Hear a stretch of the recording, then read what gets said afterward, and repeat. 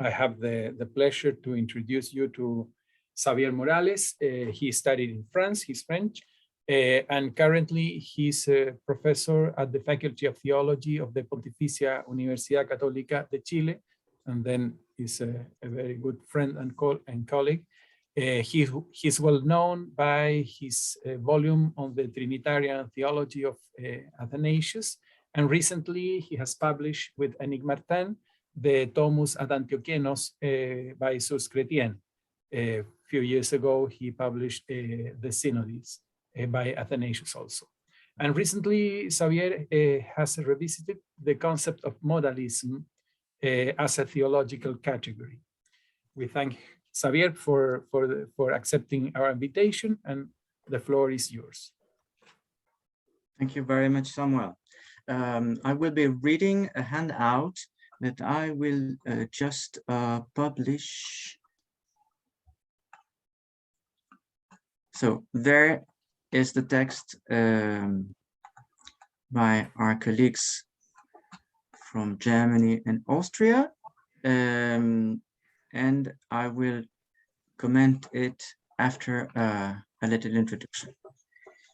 So what I am proposing today is a workshop on the debate between Photinus of Sirmium and Basil of Ancira, held at the end of the Synod of Sirmium in 351. After a brief reminder of the historical context, I will describe the main documents concerning this debate, Epiphanius' notice on Photinus of Sirmium, before proposing some themes and questions for our workshop. So first, the context. Photinus, before becoming the Bishop of Sirmium, was, we are told, a deacon of Marcellus of Ancira. Epiphanius claims that he was a native of Sirmium. We have it in the second paragraph, Hutos de Hormato apo Sirmium. His accession to the episcopate probably took place between 343 and 345, and in 345 we have the first allusion to Photinus in the so-called long-lined exposition, and under the antonymous sobriquet of Scotanus alongside Marcellus. Photinus was condemned as a heretic by a synod in Milan in 345, probably the same synod we know Arcesius of Saint-Gedenum and Valens of Morsa presented a petition for rehabilitation. In the same year, or the next, Euphrates of Colonia was condemned by a Gallic synod for asserting that Christ was not God, but only a mere man. This is an information very useful if we want to have a context or a comparison.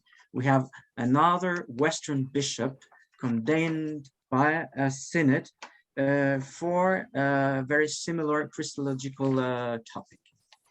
A new synod convened at Sirmium 2 years after that of Milan deposed Photinus, and finally the Synod of Sirmium of 351 confirmed this deposition. But Photinus actually remained in Sirmium.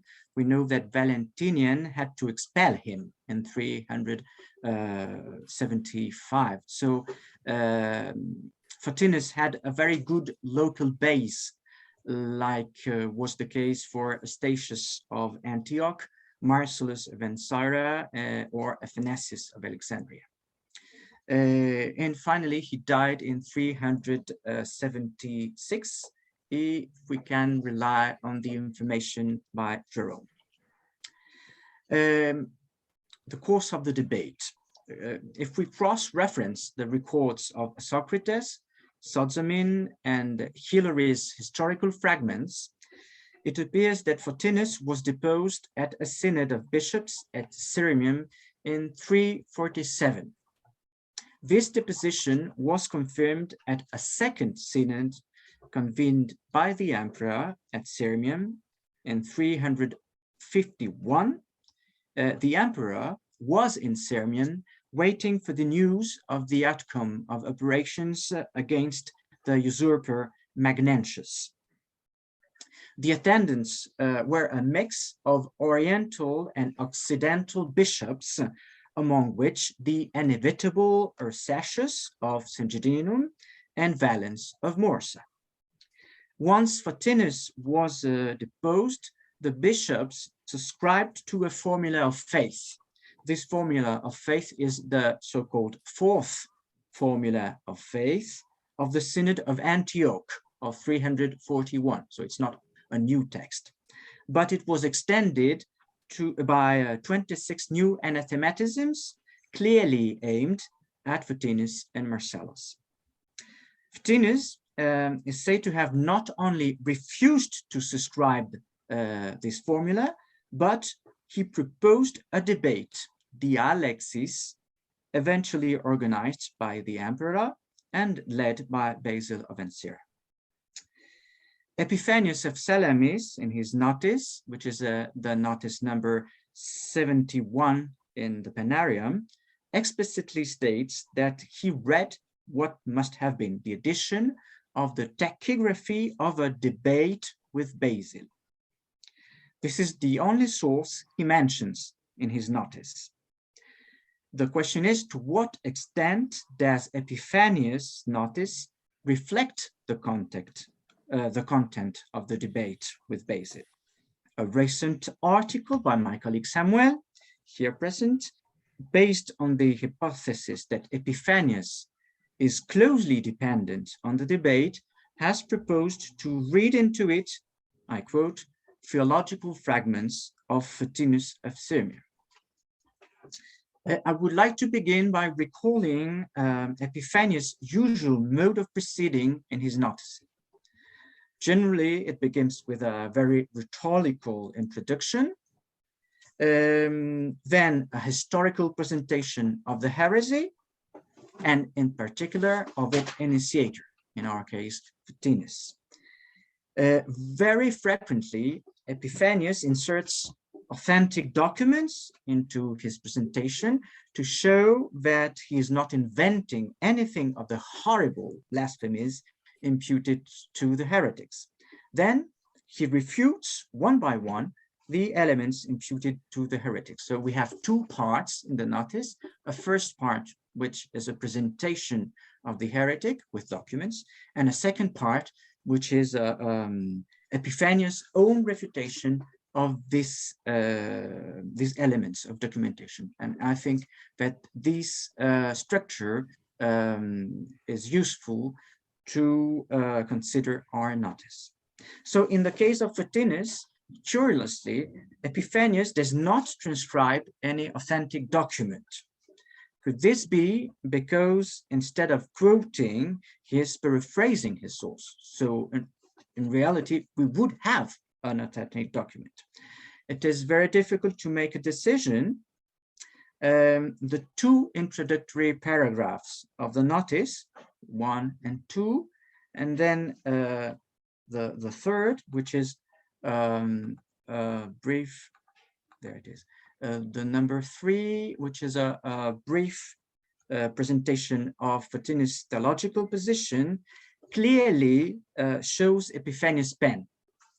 The first proposition, for example, has a Christological nature, which will be developed in the refutation, and it takes up the traditional grievance against Photinus, his denial of the pre-existence of Christ. To quote my own translation, he says, fascede, that Christ was not from the beginning, he exists from Mary until now, since, he says, the Holy Spirit descended upon her, and he was begotten from the Holy Spirit. The second proposition, tode pneumatohagion fessin, is of a pneumatological nature. Epiphanius puts directly in the mouth of Photinus, fessin. It has its correspondent at the end of the refutation and the paragraph 18, but it has no other parallel in the documentation that has come down to us about Photinus. It is true that the formula of faith issued by the Synod contains 3 pneumatological anathematisms, anathematisms 20 to 22, but the anathematisms do not correspond to the assertion attributed here by Epiphanius to Photinus. I quote, that the Holy Spirit is greater than Christ. On the other hand, the pneumatological issue corresponds to Epiphanius' personal preoccupation with the pneumatological question already expressed a few years earlier in the Anchoratus, where clearly the problem is that of the pneumatomax. With paragraph 4, which the editors at the Athanasius Werke outlined with a new typography, we have probably a paraphrase of the transcript of the debate between Photinus and Basil of Ancyra. This is evident because of the very detailed circumstantial information. The only problematic element is the attribution, just where is the ellipse in the text. The only problematic element is the attribution of a deposition of Photinus at the Eastern Synod meeting at Serdica, where he is said to have presented, I quote, his defense, apologia, when he was summoned by the bishops to give an account of the false faith he had spread. Now, Photinus could not have been deposed in Serdica because he was not Bishop of Sirmium at the time. In my opinion, probably the debate was alluding to the deposition of which Photinus had just been victim at the Synod of Sirmium, and against which he immediately appealed to the emperor to present his defense again, and I quote, to demonstrate that he had been falsely deposed. Epiphanius never links the debate between Photinus and Basil to a synod, and he never mentions either the Synod of Milan or the Synods of Sirmium, which deposed Photinus. So we can guess that he just jumped down to the next synod he knew, which was the Synod of Serdica. However, Epiphanius himself indicates that one of the copies of the acts of the debate was destined, I quote, to the synod which is with Basil, which corroborates Socrates' mention of the presence of the bishops of the Synod of Sirmium during the debate. So, Photinus appeals to the emperor, and paragraph 5, the emperor appoints a group of 8 judges and auditors, kritas kai akroatas, that are not members of the synods, but as we have their names, are members of the council of the emperor, comites, counts. The debate, dialexis, we have the word, pits Photinus against Basil, Bishop of Ancyra. It is taken down by a group of 7 tachygrapha. One is a deacon of Basil, one is a secretary to the prefect of Illyricum. We have 3 archivists and 2 notaries of the emperor. The absence of a tachygrapher named by Photinus shows that the debate is not one of equals. The accused has no control over the documentation. The situation is similar, for example, to that of the Council of Ephesus, where Peter, a priest of Cyril of Alexandria, is primicerius notariarum, leading the notaries, and as such, he practically directs the discussion in the direction desired by his bishop, Cyril of Alexandria. According to Epiphanius, the interaction between Basil and Photinus would be as follows. I quote paragraph 5. Basil of Ancira conducts an interrogation on the questions posed by Photinus and contradicts or accepts, so we have an alternative, contradicts or accepts the arguments Photinus would put forward in his defense. Epiphanius' testimony suggests that Photinus began, and this is paragraph 6, Photinus began with a lengthy rhetorical captatio of his audience. In the text we have kataskewe, where he promised to present 100 testimonies from scripture about the case to be tried. This initial statement is not transcribed by Epiphanius. However, Photinus' rhetorical skill is confirmed by Sozomen in his own notice. And we know that Photinus wrote several written works. The account continues with an iterative summary, which is the paragraph 7. So we have a sort of summary of how the debate proceeded.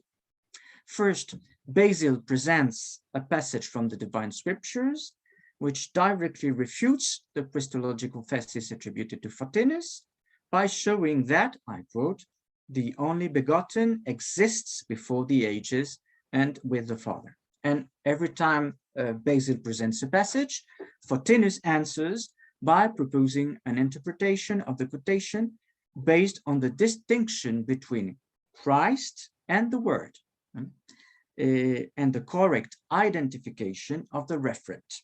This identification is an important task of any exegete in antiquity, as pointed out by, among others, Mark del Cogliano, and before him, Francis Young. However, Epiphanius' account omits Basil's questions and immediately comes to Photinus' answers. This is paragraph 8. Fessin. The Bishop of Sirmium, taking up one by one several of the scriptural quotations invoked by Basil in favor of the eternal preexistence of the Word as Son, corrects their interpretation in favor of his own thesis. I will omit the details, which are theologically and exegetically very interesting, and jump to the paragraph 9, where Epiphanius is taking the floor again. Edede eipon, I've already said. He interrupts here his paraphrases of the transcript of the debate to move on to the second part of every notice, the refutation. We have the verb anatrapesetai, and at the final of the notice on paragraph 19, we have the substantive anatrope, refutation, destruction of the arguments of the enemy. Indeed, many of the stylistic features and many of the arguments in the second part have parallels elsewhere in Epiphanius, especially in the Anchoratus, which lacks the documentary substrate on which the Panarion is based. So it's a good testimony. Therefore, I cannot accept Samuel's thesis. I quote, a continuación, el Panarion transmite en discurso directo los argumentos de Basilio. However, it is possible, and I will try to demonstrate, that Epiphanius incorporates some elements of the debate into his own refutation. Epiphanius begins his refutation by taking up a previously unmentioned argument of Photinus, the first letter to the Corinthians, chapter 15, would prove the posteriority of Christ's existence.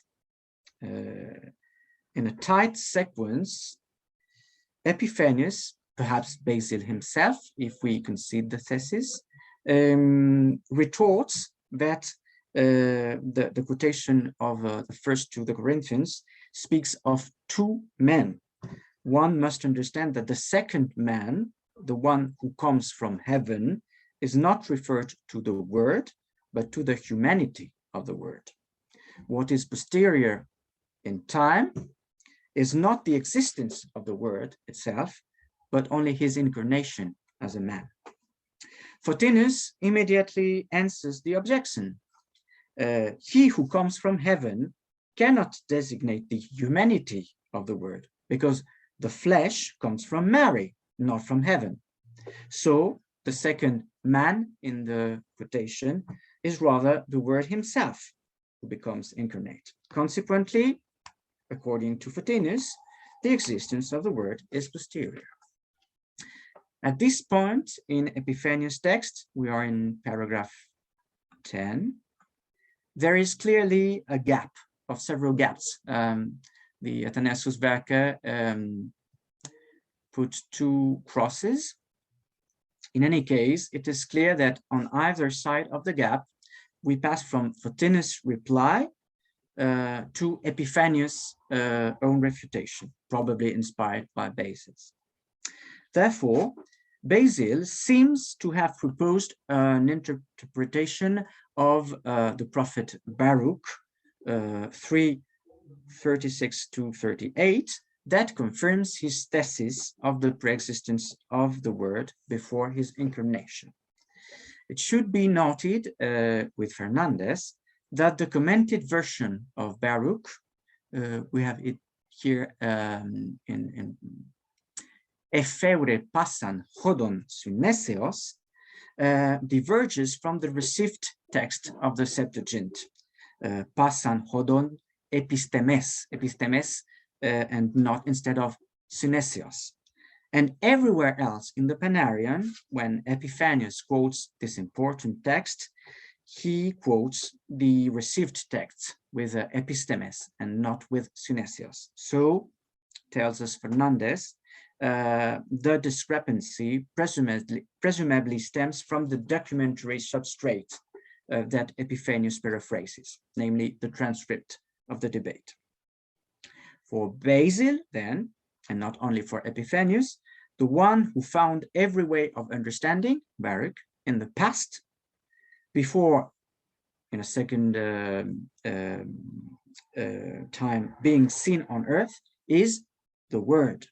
Hence, the Lord pre-existed. I quote Basil, presumably.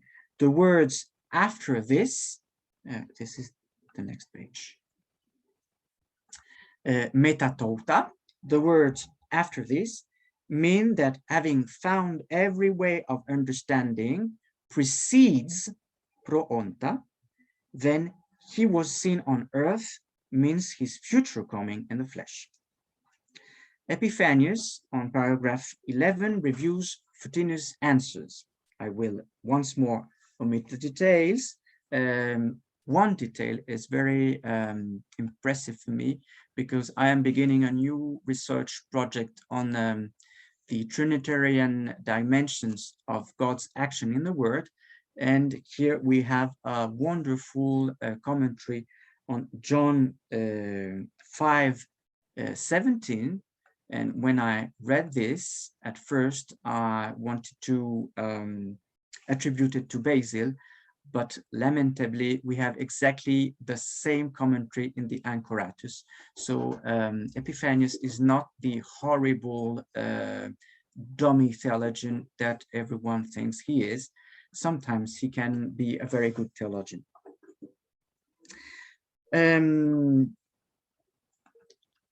Then we jump to paragraph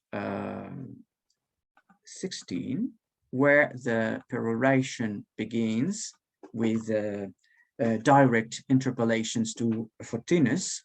Pos un totaestai o Photine.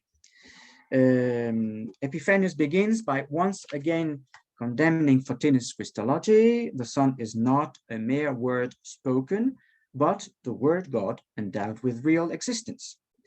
The formulation is quite close to what Basil of Ancira will write in 359, according to my attribution of what I call Basil of Ancira's treatise on faith, and what others call George of Laodicea's letter. Epiphanius then takes up the interpretation of Genesis 19:24, already developed in the Anchoritis, accompanied this time by Psalm 109. And finally, on paragraph 18, he comes to the Holy Spirit, a point he had announced in the summary presentation of paragraph 3. Photinus is supposed to have said that the Spirit is greater than Christ, undoubtedly as a double consequence of the identification of the Spirit with the divine nature that pre-exists the temporal begetting of the Logos as Son, and of the fact that this begetting of the Son is preceded by the descent of the Spirit on Mary. So the Spirit precedes, he is greater. In passing, we know the typical Basilian, but altogether Epiphanian adjective gnesios, homologon autognesion tes autou theotetos, applied not to the begetting of the Word, like in other instances, but to the Spirit in order to affirm its divinity. And this is this could be also something very typical of Epiphanius. In the peroration, in the paragraph 19, the scope of the debate is reaffirmed. It is a confrontation between martyriae, testimonies, and between interpretations of these testimonies, as Francis Young has shown in various publications. Theological confrontations are confrontations of scriptural testimonies. In conclusion, I would like to focus on a few points. In my description, I focused on formal elements, and these elements should be compared with those that would emerge from the reading of other debates, in order to determine whether or not one can reconstruct a typical protocol of a synodal theological debate, or if we have to make a difference, as Jutta Heil proposed, between the genre theological debate outside the synod and the genre discussion inside a synod. So I would like to make to note a first point. According to Socrates, the Synod of 351 elaborated a formula of faith and demanded subscription, which Photinus refused. This manner of proceeding is reminiscent of what happened at Antioch in 325. The synod led by Osius of Cordoba designed a formula, and 3 bishops refused to sign. And then at Nicaea, we know that the bishops elaborated a formula, and 1 bishop refused to sign. Secondly, there are other examples of excommunicated persons who appeal to the emperor and present their defense before him and not before a synod. It is the emperor who organizes their hearing by a commission. Only then, after the hearing, does he send the excommunicated person with his support to ask for reception in the communion in a synod of bishops. And the famous example is the case of Arius in 335. Arius presents himself at the court. There is a debate. Arius presents a formula of faith, and the emperor supports a petition of reintegration sent to the Synod of Jerusalem. In the case of Photinus, the hearing ended badly for him. So there was no support of the emperor, and he could not be reintegrated. I would also like to make another point. The debate opposes 2 Christologies, and does so by confronting lists of scriptural testimonies and their interpretation. The differences in interpretation ultimately concern the question of determining the referent designated by the words of the text, where Photinus distinguishes and affirms that the words logos and huios designate two distinct realities. Basil, and Epiphanius after him, identify the logos is also already the Son, same referent. This is exactly what happens a century and a half earlier in the pamphlet against Noetus, which is rightly or wrongly attributed to the mysterious Hippolytus. In the debate between Basil and Photinus, the resurgence of an ancient debate of which the Council of Nicaea itself would be another symptom, is the debate between Basil and Photinus the resurgence of an ancient debate of which the Council of Nicaea itself would be another symptom, the debate around a theology improperly called modalist or ademptionist, and which I prefer to call an identifying variant of the Christology of the Logos, that of Hippolytus, for example, for whom the Word only becomes perfectly Son from the moment of his incarnation. Thank you for your attention.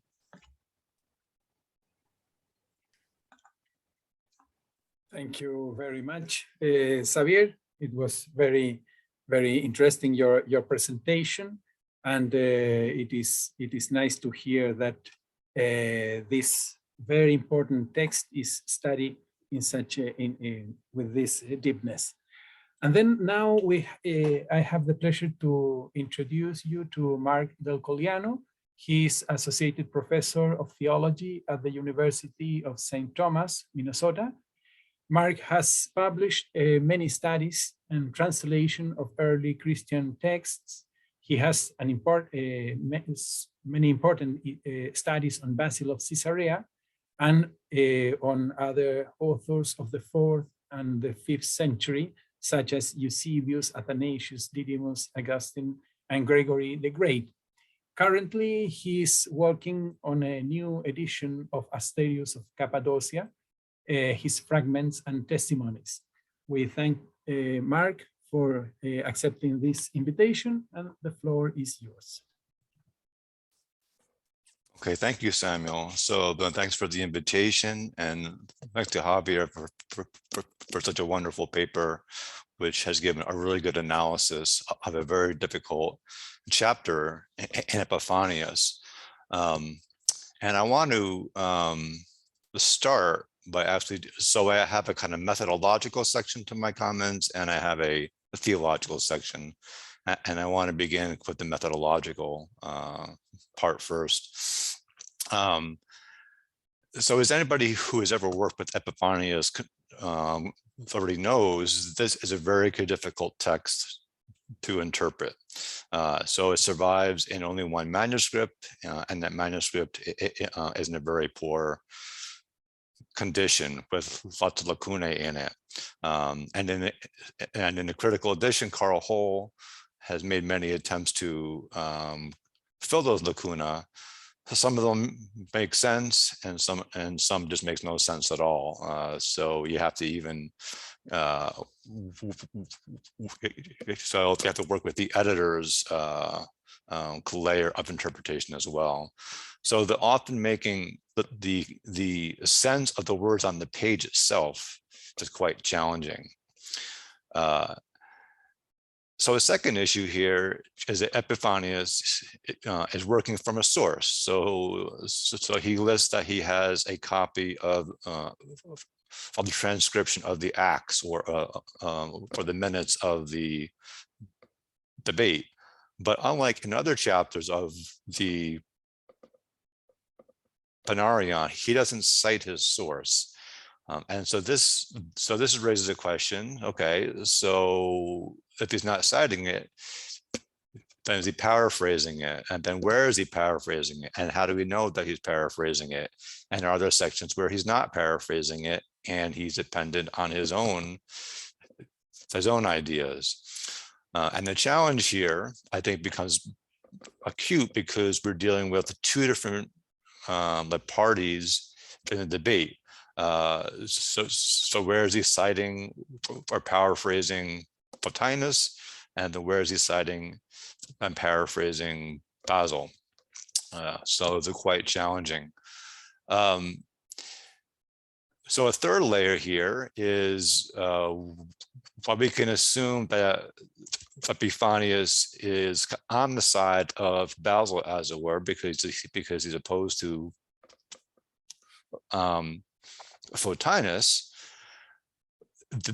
There's another layer here, so that he's paraphrasing, so he's actually quoting Photinus, and then he's paraphrasing Photinus, but then is he giving a polemical interpretation of Photinus, or is he giving misinterpretations? As we're all aware of, this was a very kind of classic technique in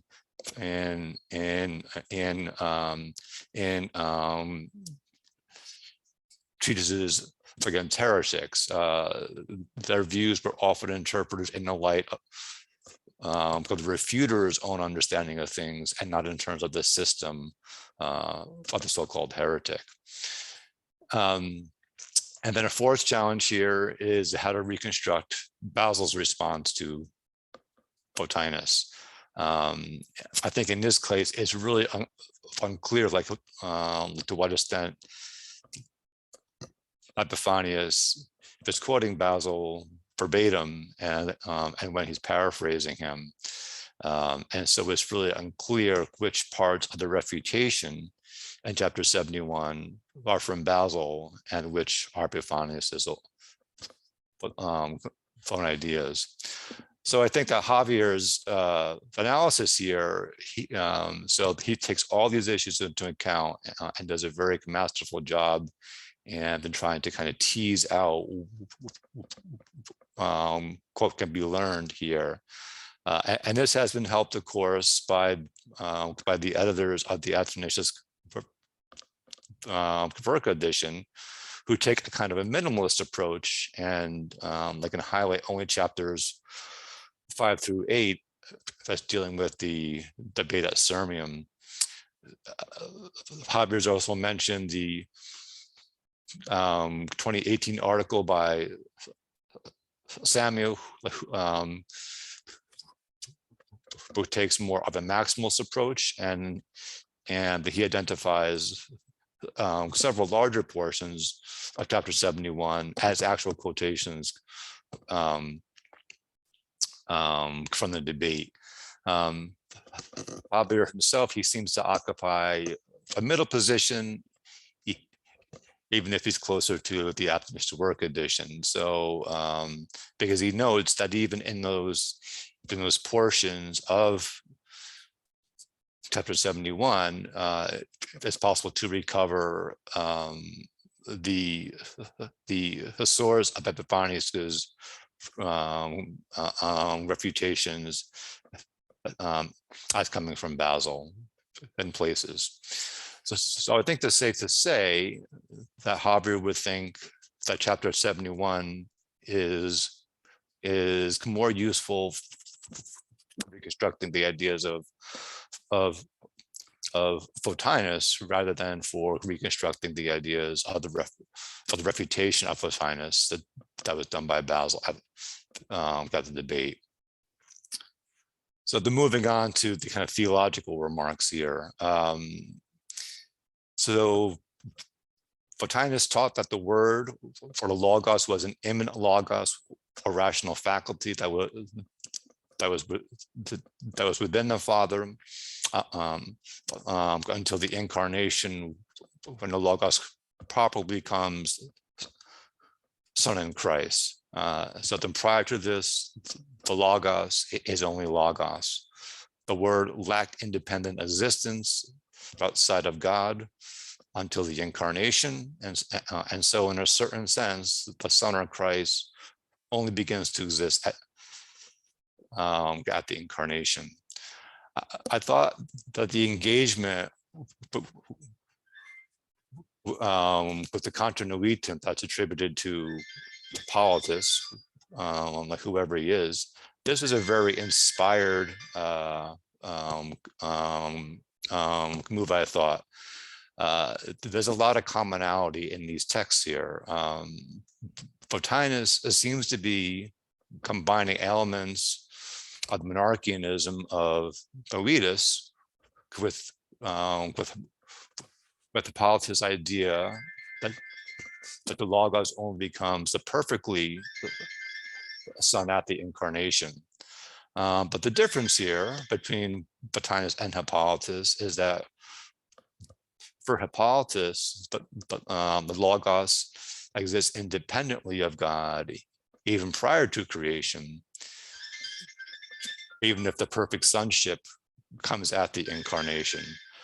So it's interesting to me that there's more than one way of conceptualizing how perfect sonship happens only at the incarnation. So there are different models for this in the early church.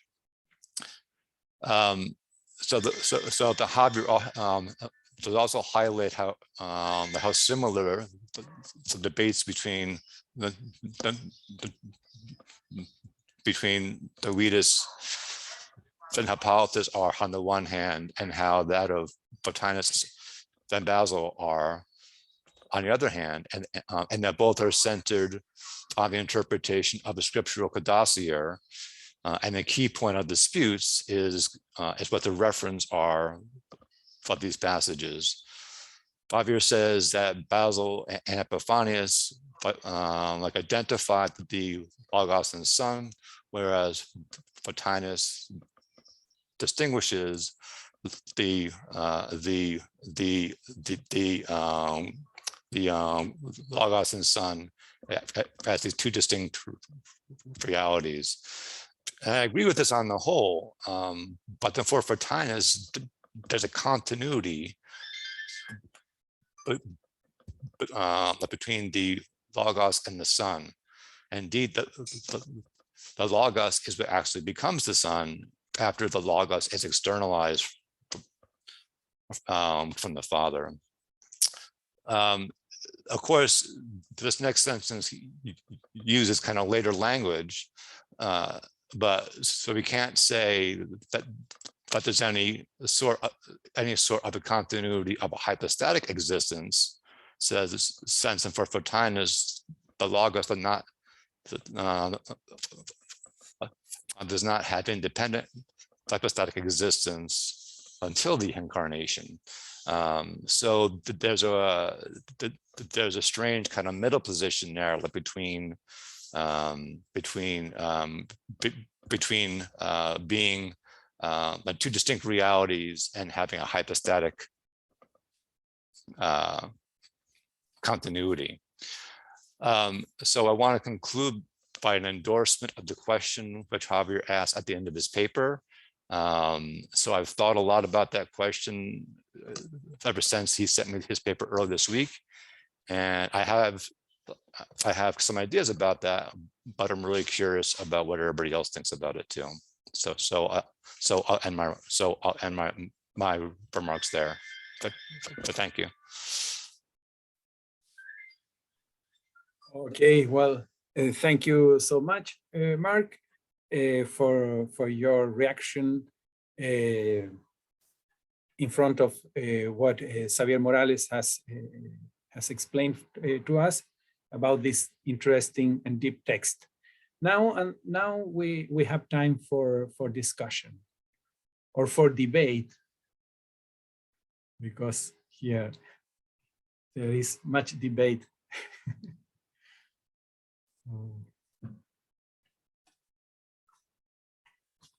Well, I should say something.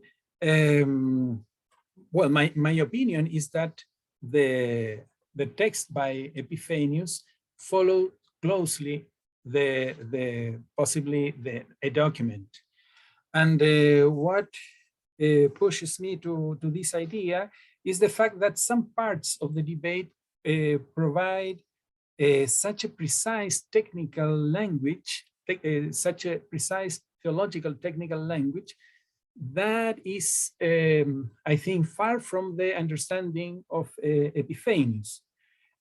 On the other hand, the historiography presented Photinus as the hallmark of the one who denies the divinity of Christ. That is, if we look for Photinus in other sources, Photinus is the one who denied the divinity of Christ. However, Epiphanius did not show him as one who denied the divinity of Christ, but as a monarchian. And therefore, this is another idea that fostered my impression that we have a very close text, that is a close relationship between the text of, by Epiphanius and the act of the very deep debate. And another remark is about the role Photinus played in this time. And I think that since Marcellus has a great reputation, Photinus was easier to defeat. And then I think that many of the ideas against Photinus and many of the texts against Photinus in reality are trying to beat Marcellus, who was more or less, who has more or less the same theology, but he was a very well-established bishop and he has a great reputation. And these are my remarks.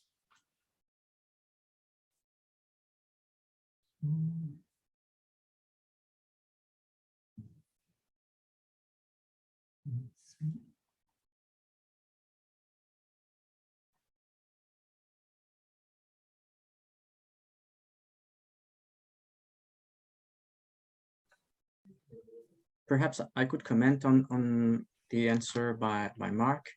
Yeah. I'm very grateful for the compliments on the theological issue that I let aside in my presentation. One of the questions I don't decide yet is the position of Photinus in a tradition. There is an article by Williams who makes the comparison with a Euphrates of Polonia, and the comparison for Williams is an evidence of an Occidental affair. For him, Photinus is not just Marcellus' disciple, as the historiography and Epiphanius would have us believe, and even the information about Photinus coming from Sirmium or being a deacon of Marcellus is difficult to approve just without any other evidence. So how someone which is from Sirmium would be a deacon from someone from Galatia, and Sarah Parvis has a very difficult and tedious hypothesis saying that in fact Marcellus was sent in exile in Sirmium, and that there Marcellus could recruit followers, and among them probably Photinus. I'm not quite convinced by that. First, we do not know if actually Marcellus went to Sirmium, and second, we don't know if he was able, even in Sirmium, to ordain someone deacon in someone else's diocese. This is quite against all ecclesiastical law, I think. But Williams wants so to disconnect Photinus from Marcellus and make him representative of an oxidative trend. But we have no other real evidence of other bishops in this trend. So I'm still very debative about where to put Photinus in. That's my commentary. Thank you. See whether Professor Brennecke, please, and then I have a little question to Franz Morales. In the beginning of your lecture, you spoke about the Synod of Cologne. Do you think this text from the Synod of Cologne from 346 is authentic? I think it is a medieval forgery.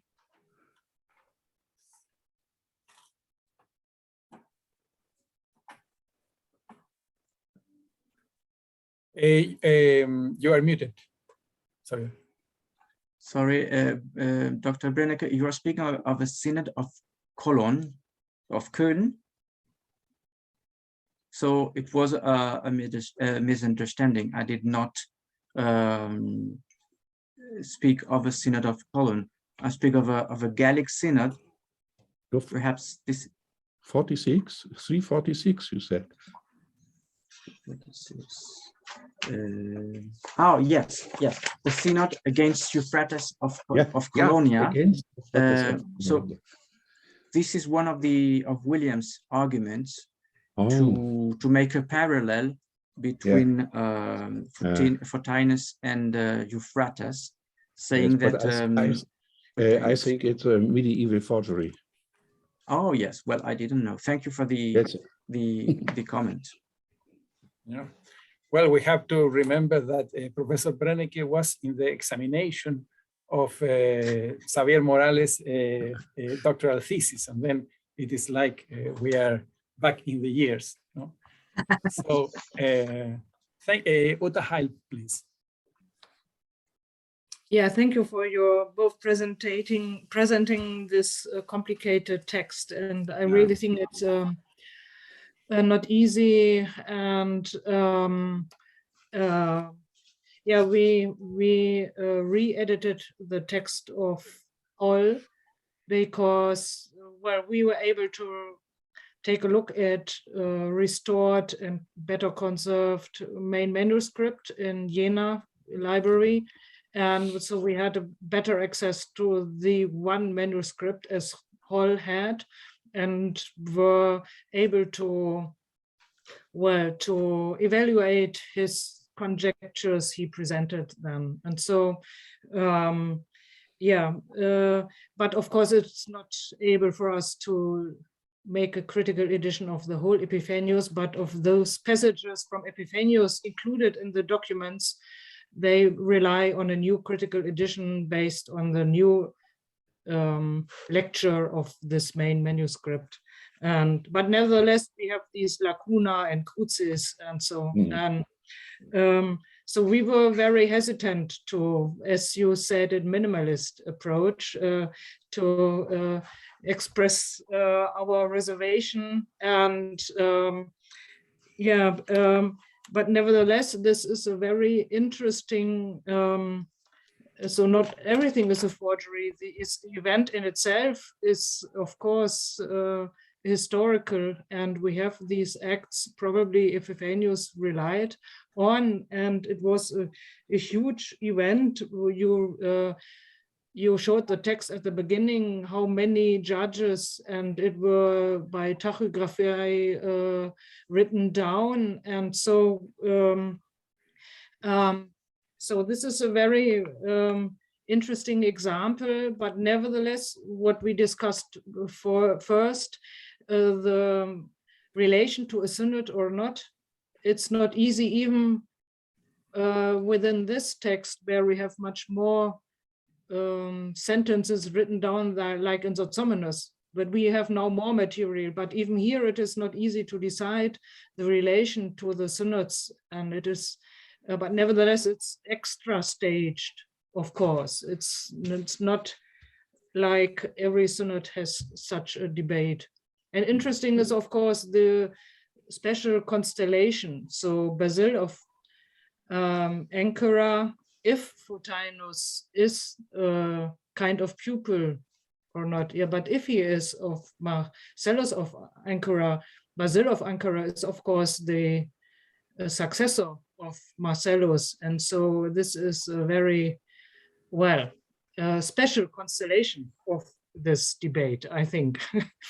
And there were probably, out of my mind, two reasons because obviously Basil was able to engage and had rhetorical capacities and so, and a theological standing to argue against Photinus. But nevertheless, he is especially chosen because he is the successor of Marcellus of Ankara, who is seen as something like a teacher, or if not direct pupil, then he is something like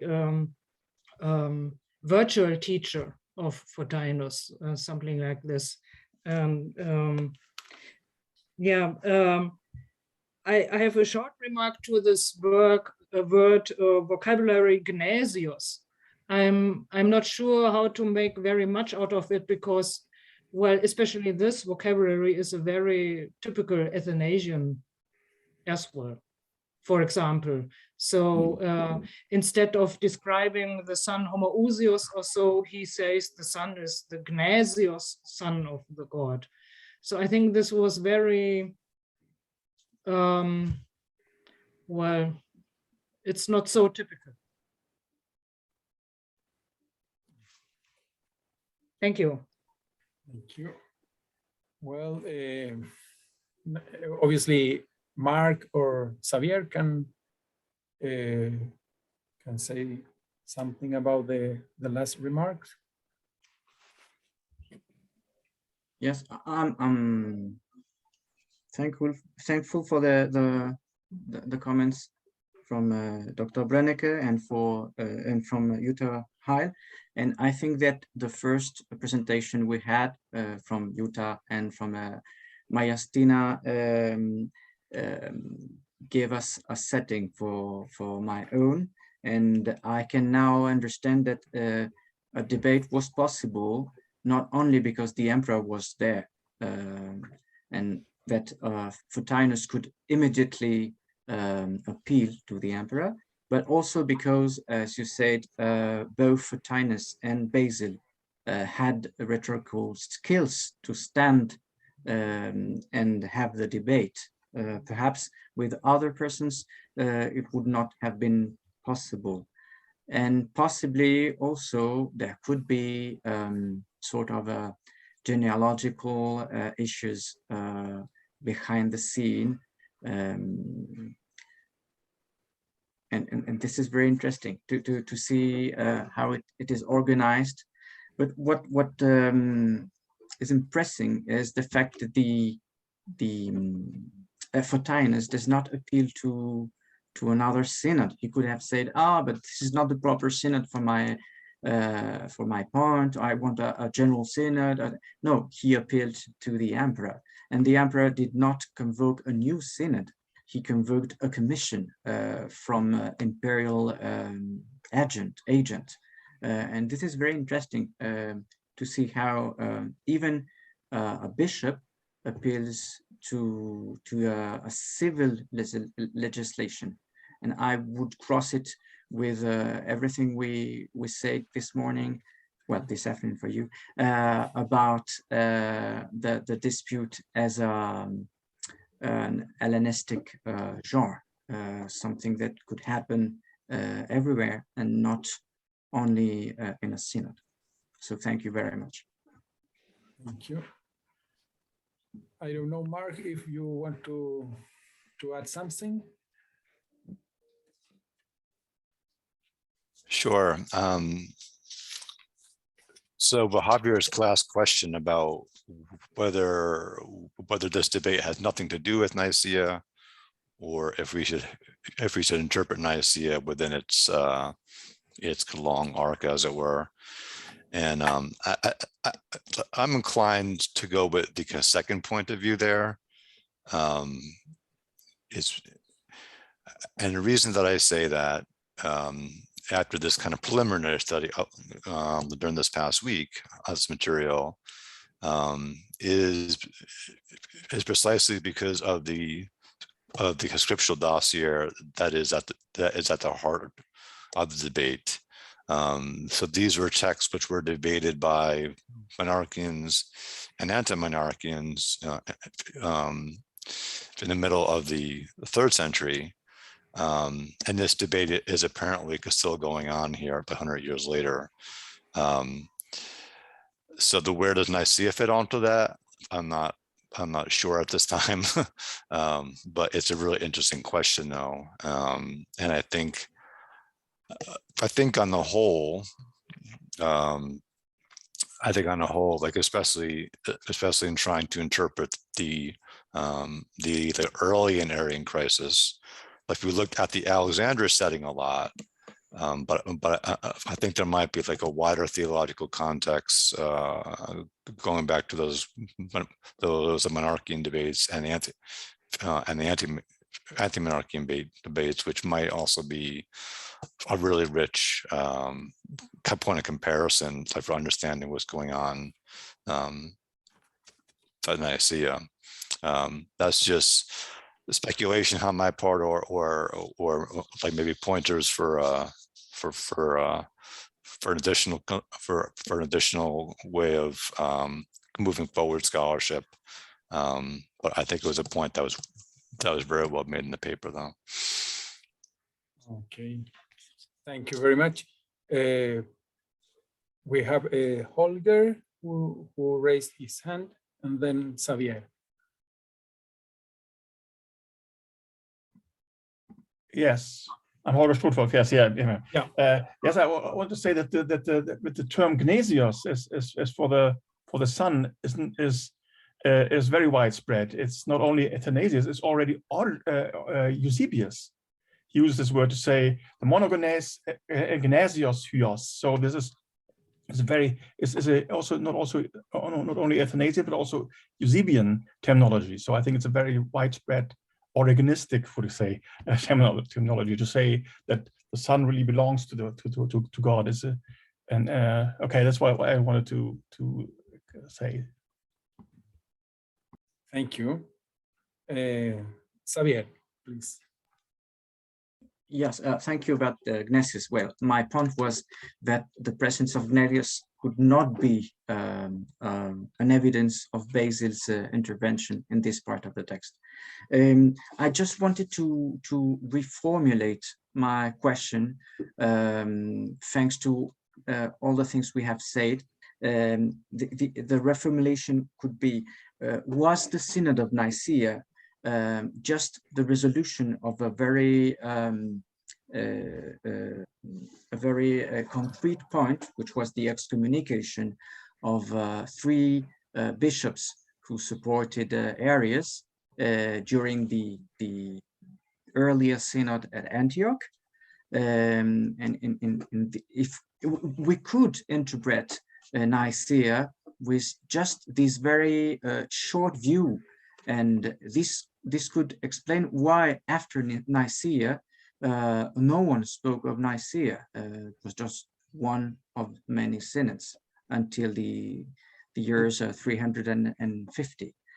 Now the other interpretation would be that not only what was at stake in Nicaea was not only the reintegration of the 3 excommunicated bishops, beginning with Eusebius of Caesarea, but also facing what Williams calls a persistent phase, an ongoing persistent theological issue, which would be this many-faced monarchianism, and I don't have an answer to this question. Well, obviously, a very simple answer would be that the two issues were combined. There was a very concrete issue, which was the excommunication of the 3 bishops and the local problem in Alexandria. But perhaps this was just the symptom of a more persistent theological issue. Thank you. Thank you very much. Well, maybe we can. Professor Strufo, you have still the. No, it's a new one. Ah, a new one. Okay. Yes. And then I wanted to say I have some problems with this. You may know that I have some problems with the Synod of Antioch, and I don't really think that this synod did exist. That this and the way that this normally said. I think it's a forgery of 15th century of an Antiochian background. You may know this discussion, and I think you shouldn't build too much on this synod, because I think it's strong arguments that this is not taking place in the way it was described in this Syriac document that exists. So I only wanted to say this. Thank you.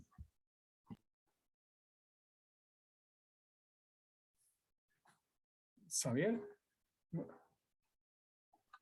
Well, this is a scientific divergence, and I acknowledge that this is a controversial point, obviously.